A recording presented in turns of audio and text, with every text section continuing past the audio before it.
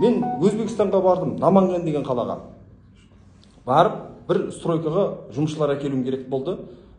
Содан әлгі стройканы кәдім типілесе жасап, содан ары қарай өзбектердің технологиясын үйренуге мақсатында осыдан бір 3-4 жыл бұрын, жоқ 5 жыл бұрынғы әңгіме екен.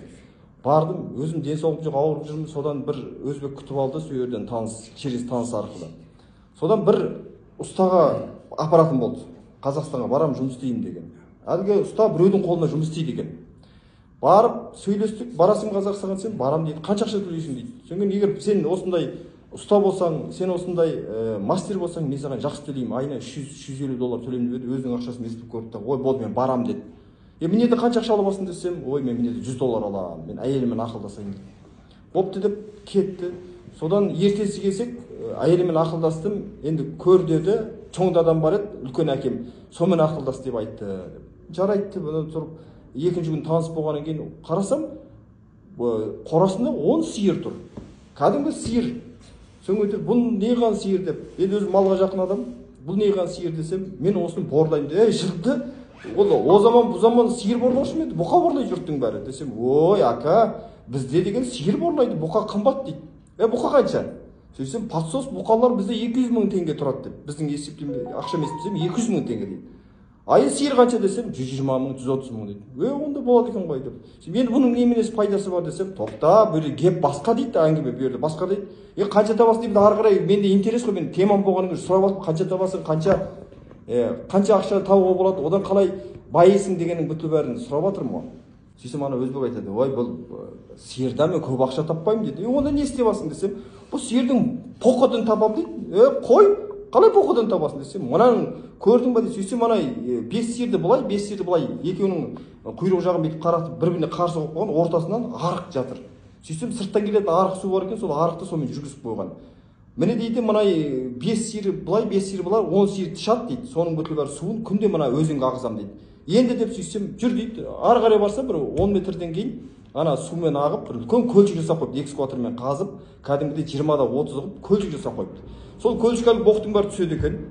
Күнделік түседі. Содан 15 күнде ма, бір айда ма, ана көлшікті экскаватормен келеді, ішіндегі боқтың бәрі сүзіп алады екен. Оказывается, анау боқ су арқылы өткеннен кейін содан мына сідік ажырайды екен. Аммиак қой енді ол.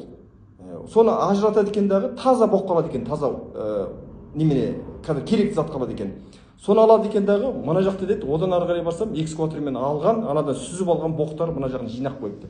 Енді деп сөйсем, енді бері кел деді, сөйсем бір сар топырақпенен ана боқ екеуін араластырып, мынандай төбе шықып, қоқ қойыпты. Бұл не деп сөйсем, сен білмейсің ба дейді. Мен білмеймін десем, бұл шылаушын дейді. Қандай шылаушын? Десем, сазан дейді. Соң қайсын деп едім, бүйтіп бір шетін ашып еді, ананың іші толған шылаушын. Бұл не істейсің деп сөйсем, бұл жерді бұны Ташкентте сатады.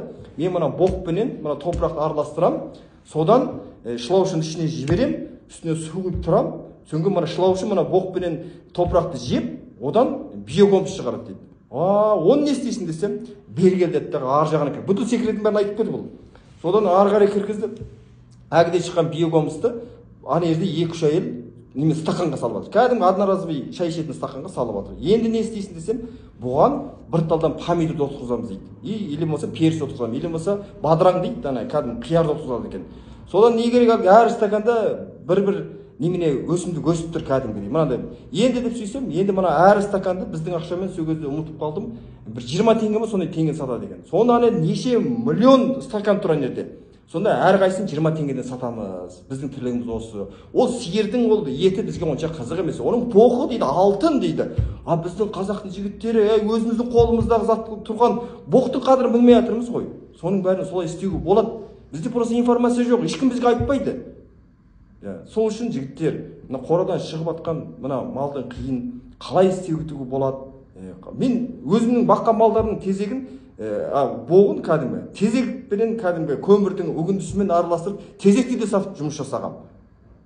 Сөздің шыны керек. Енді бүйірлерде неше түрлі жолы бар. Жігіттер сол үшін мына өзбектің тәжірибесін, мына Қытайдың тәжірибесін үйренейік. Бүйірлерде тек қана мал бағу емес. Малдың шыққан боғының өзінен оның 10 есе ақшасын тауып алуға болады жігіттер.